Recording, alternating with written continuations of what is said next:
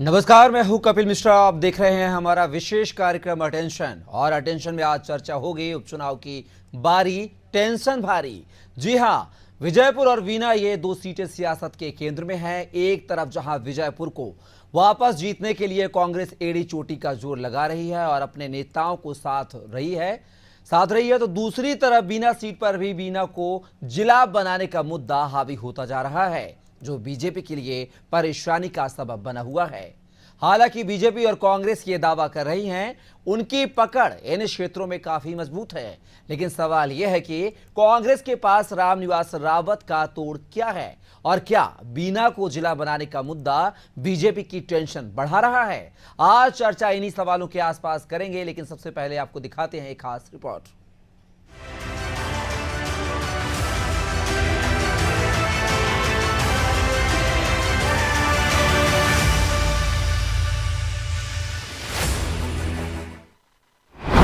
विजयपुर और बीना की फाइट होगी तगड़ी।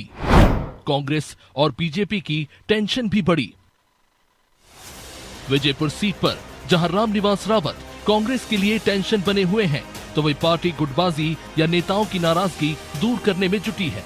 लेकिन इन सब के बीच श्योपुर का एक वीडियो बीजेपी नेता ने पोस्ट कर दिया।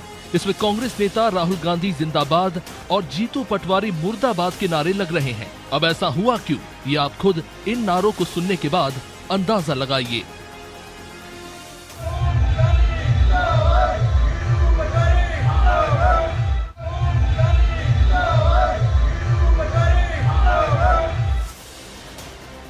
खैर, ये गलती से हुआ या फिर सच में पार्टी में नेताओं के बीच नाराजगी, ये तो सवाल है ही। लेकिन रामनिवास रावत से विजयपुर में कांग्रेस कैसे निपटेगी, उसका प्लान क्या है, ये अभी साफ नहीं है।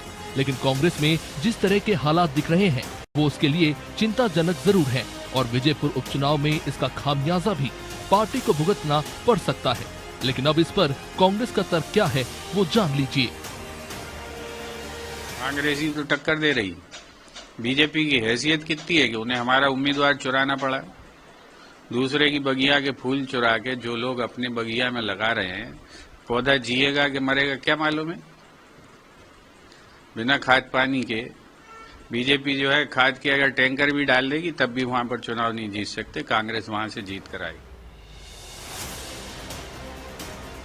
विजयपुर में कांग्रेस के सामने चुनौती है, तो बीना में बीजेपी की दिक्कतें बढ़ती हुई दिख रही हैं। दरअसल कांग्रेस विधायक निर्मला सप्रे के बीजेपी ज्वाइन करने के बाद बीना को जिला बनाने की मांग तेज हो चली थी। लेकिन अब बीना तहसील को जिला बनाने की घोषणा टाल दी गई है। बीना को जिला न बनाने के पीछे दो कारण बताए जा रहे हैं। पहला ये कि सरकार छोटा जिला बनाने के पक्ष में नहीं, और दूसरा कारण ये कि खुरई के लोगों ने भी जिला बनाने की मांग तेज कर दी और इस पर अंदरूनी सियासत भी शुरू हो गई है। हालांकि बीजेपी इस मसले को कैसे देख रही है, ये जान लीजिए। देखिए, भारतीय जनता पार्टी का कोई भी मूवमेंट चुनाव के दृष्टिगत रख के नहीं किया जाता है। जब जनता के बीच से मांग निकल कर आती है, जब जनता के बीच से इन चीज़ों की जो मांग आती है, तो निश्चित रूप से उस पर विचार किया जाता है। समय समय पर इन कई जिले हमारी सरकार के द्वारा बनाए गए हैं और भी निश्चित रूप से ये माननीय मुख्यमंत्री का विशेष अधिकार है। और जब जनता के बीच से मांग आती है तो उसको अमली जामा पहनाने का काम करते हैं। जब भी इस तरह का कोई मांग आएगी, जनप्रतिनिधि इस तरह की मांग करेंगे, जनता मांग करेगी, तो उस पर माननीय मुख्यमंत्री जी विचार करते हैं। फिलहाल कांग्रेस विधायक निर्मला सप्रे ने अभी विधानसभा से इस्तीफा नहीं दिया, लेकिन अगर वो इस्तीफा देंगी तो इस सीट पर भी उपचुनाव होगा, जहां जिला बनाने का मुद्दा बीजेपी पर भारी पड़ सकता है। तो वही विजयपुर पर कांग्रेसियों की नाराजगी पार्टी की जीत के बीच रोड़ा बन सकती है। कुल मिलाकर कहें तो बीना और विजयपुर सीट को जीतने के लिए बीजेपी और कांग्रेस को मैदानी जंग के साथ अंदरूनी लड़ाई भी लड़नी होगी। ब्यूरो रिपोर्ट, अनादि टीवी।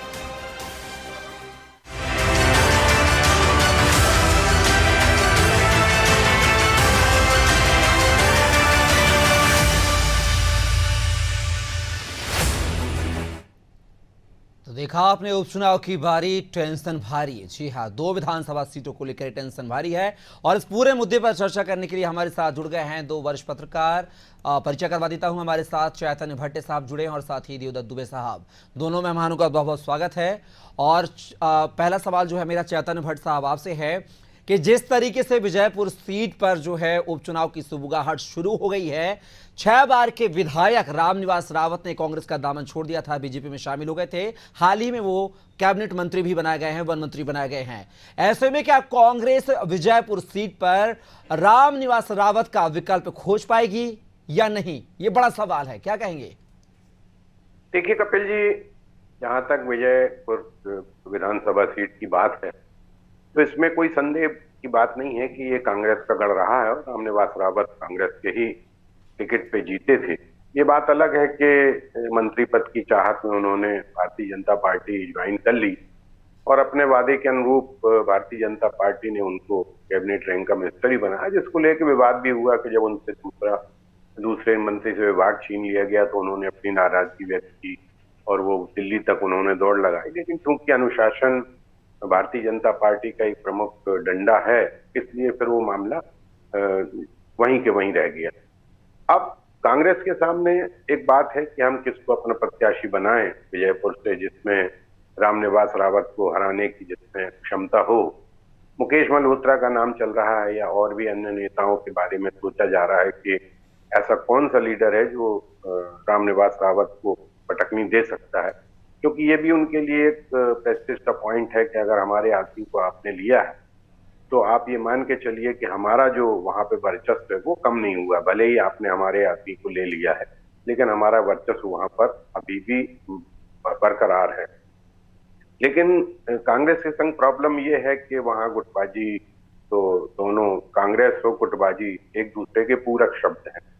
अभी आपने देखा कि श्योपुर में जिस तरह से जीतू पटवारी के मुर्दाबाद का नारा लगा, ये बात अलग है कि हो सकता है कि वो गलती से लोगों, क्योंकि एक ही बार मुर्दाबाद के बाद फिर वो सब जो लोग थे, नेता थे, वो एक दूसरे की तरफ देखने लगे। हो सकता है कि उसमें कोई ऐसी गुटबाजी की बात ना हो, अचानक मुंह से निकल गया, लेकिन फिर भी ये माना जाता है कि कांग्रेस गुटबाजी। और दूसरी तरफ ये भी है कि कमलनाथ के हाथ से जब से सत्ता गई है, चाहे वो अध्यक्ष पद की बात हो चाहे और दीगर चीजों की बात हो, तो उनकी नाराजगी कहीं ना कहीं लगती है और उनका काफी प्रभाव है पूरे मध्य प्रदेश में, क्योंकि वो बड़े नेता रहे हैं और जीतू पटवारी से तो उनकी नाराजगी साफ साफ दिखाई देती है। और भी जो वरिष्ठ नेता हैं उनकी भी नाराजगी है जीतू पटवारी से, क्योंकि जीतू पटवारी उनके तुलना में काफी जूनियर नेता माने जाते हैं।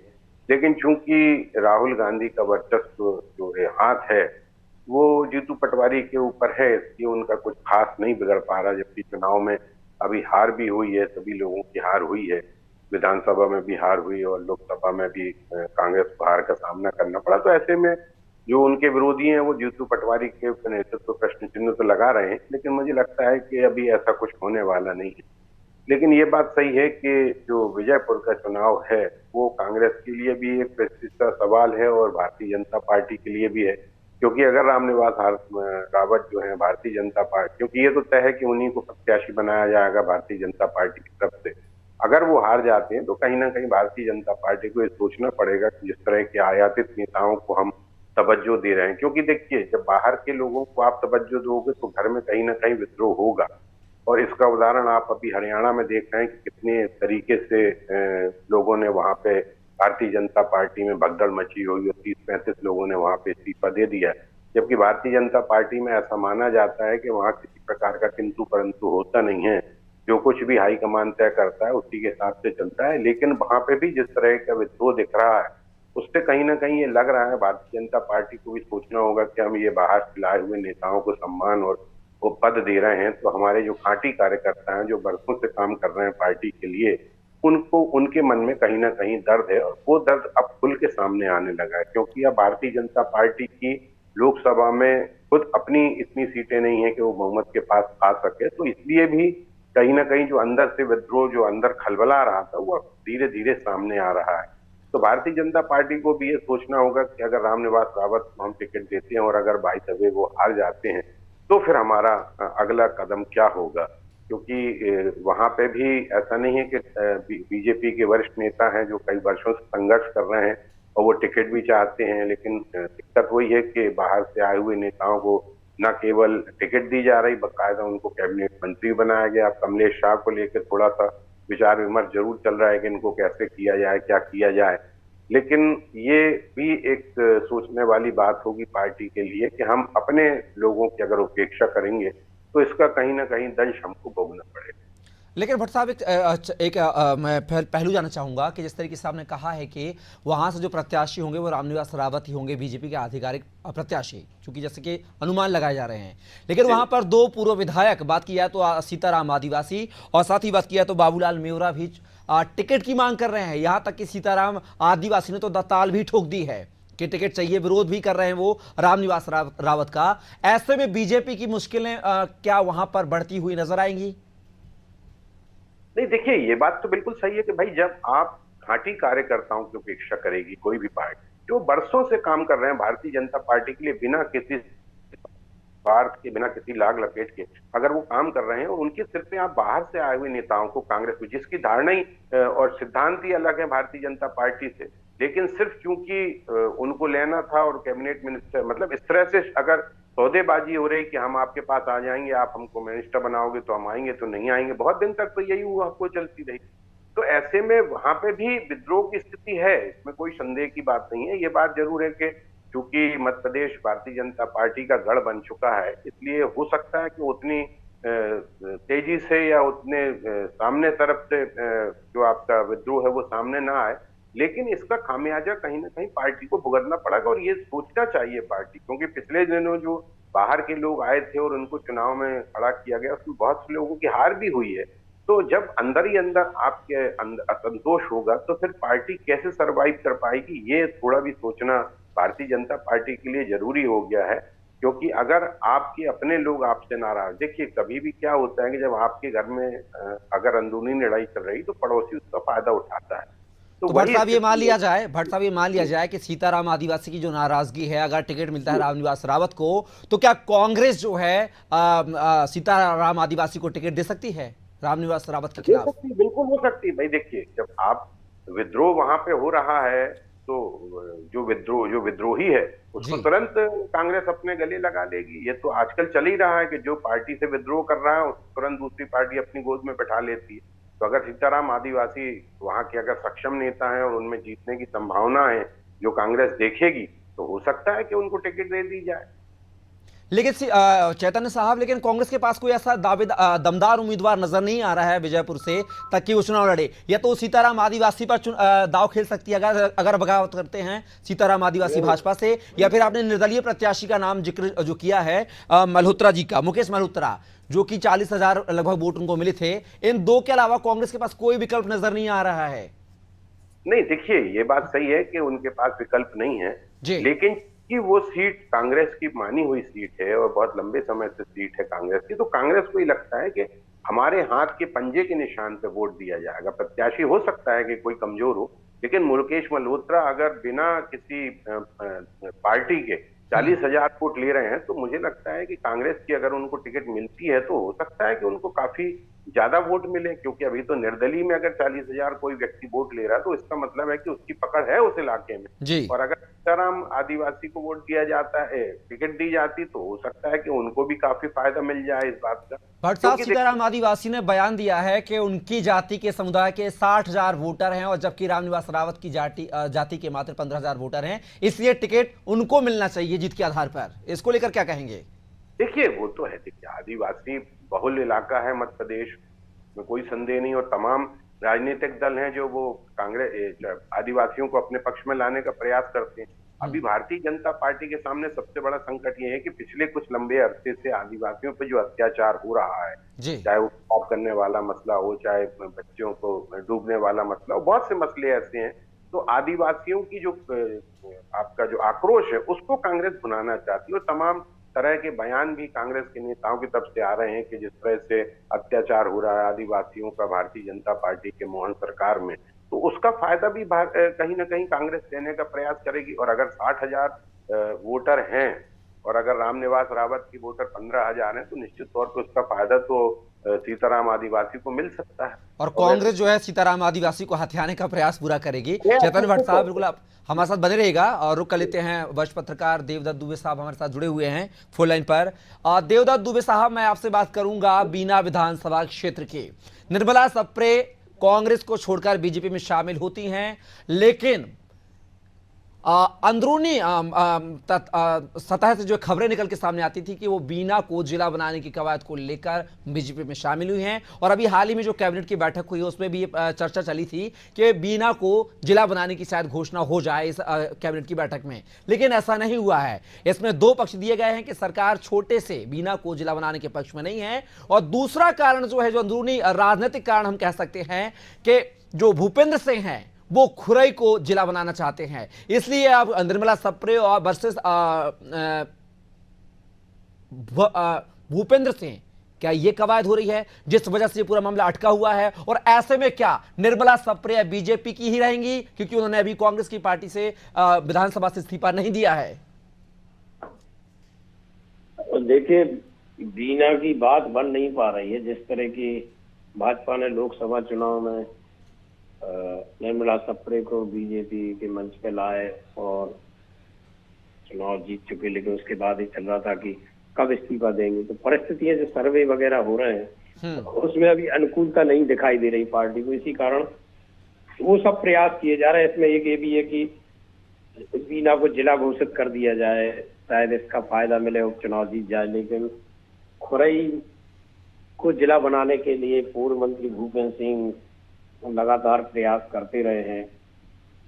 शिवराज सिंह मुख्यमंत्री थे, उनके निकट थे, तब भी उन्होंने प्रयास किए, बहुत सारे विकास कार्य कराए, लेकिन तब जिला नहीं बन पाया। तो एक बार वो फिर प्रयास कर रहे हैं। अब जबकि 2 बार मुख्यमंत्री का कार्यक्रम स्थगित हो चुका है, अभी 4 सितंबर को, तो चूंकि उनके फादर का निधन हो गया था इस कारण हुआ, इसके पहले 28 तारीख को भी कैंसिल हो गया था। इससे अब एक जो लग रहा है कि अब ये मामला टल जाएगा, और ये टलेगा जिला बनाने का, तो हो सकता है इस्तीफा भी नहीं ना दें निर्मला सप्रे। और जैसा पिछली बार राकेश शुक्ला और भी विधायक जैसे वो खरगोन वाले, वो भी चलते रहते ऐसे ही दुविधा में कि इधर की उधर, और इस्तीफा नहीं देते हैं। तो ये भी स्थिति बन सकती जब तक अनुकूलता नहीं आती है। एक ये भी है कि परिसीमन होना है 26 में, उसके बाद बीजेपी चाहती कि अब नए जिलों का निर्माण तब हो, ये भी एक कारण है। ऐसे बहुत सारे कारण हैं कि जो झमेले में पड़ गया है बीना जिला बनाना, और बीना का उपचुनाव, और निर्मला सप्रे का इस्तीफा भी। लेकिन दुबे जी अगर बीना को बीना को अगर जिला नहीं बनाया जाता है, तो जैसा कि आपने कहा है कि निर्मला सप्रे हो सकता है कि अपना फैसला जो है वापस ले ले और वो कांग्रेस पार्टी में ही रहें, तो ये संभावना बनती हुई नजर आ रही है क्या? ये भी हो सकता है, और दुविधा वाली स्थिति भी हो सकती है। कई विधायक ऐसे 2-4 साल निकाल देते हैं दुविधा में, ना इधर ना उधर, ना इस पार्टी में जाते ना उसमें, ना इस्तीफा देते। तो ये बहुत सारे है जो राजनीति में संभावनाएं बढ़ गई हैं। वही एक संभावना इधर भी है कि वो वापस भी जा सकती हैं, और वो इस्तीफा ना दे के विधायकी का भाजपा में भी रह सकती है। क्योंकि इसके पहले भी निर्मला सप्रे ने सोशल मीडिया पोस्ट पर अपनी कुछ कांग्रेस की तस्वीरें डाली थी जो विवादित भी बनी थी, फिर हालांकि उन्होंने उन तस्वीरों को हटा लिया था। तो कहीं ना कहीं बगावती स्वर वो अख्तियार कर चुके हैं बीजेपी से एक बार।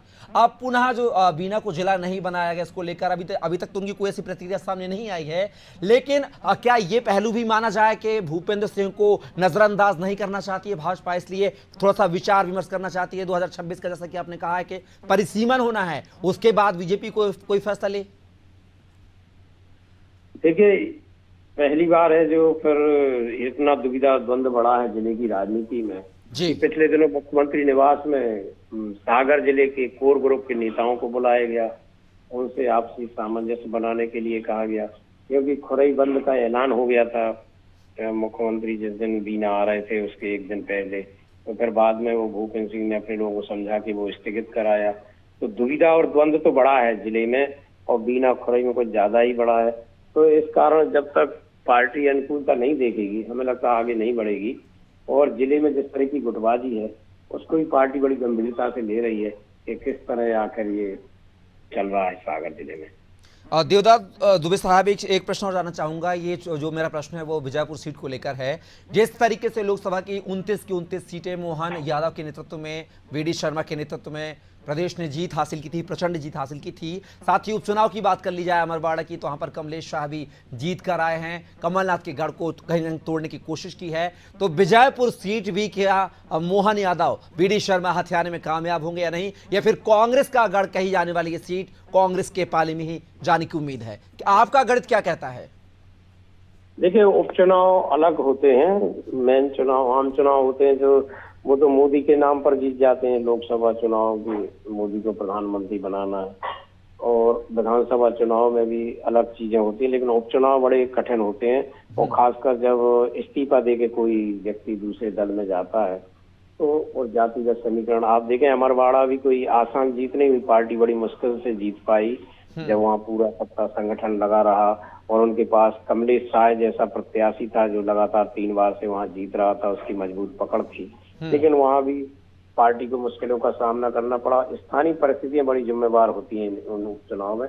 ऐसे ही विजयपुर में भी आदिवासी वोट बैंक एक बहुत बड़ा वोट बैंक है, और पिछले दिनों सीएम की उपस्थिति में मंच पर पूर्व विधायक सीताराम आदिवासी, जिन्होंने कभी रामनिवास रावत को हराया था, उन्होंने कहा कि आपके लोग आदिवासियों को प्रताड़ित ना करें, इतना वचन दीजिए तो फिर जीत के लिए कोई दिक्कत नहीं है। तो वो स्वर उनके बता रहे थे कि वो एक तरह से उन्होंने आदिवासियों को संदेश दे दिया कि इनके कार्यकाल में आदिवासी परेशान होते हैं, इनके लोग परेशान करते हैं। तो विजयपुर भी आसान नहीं है, बीना और भी कठिन है।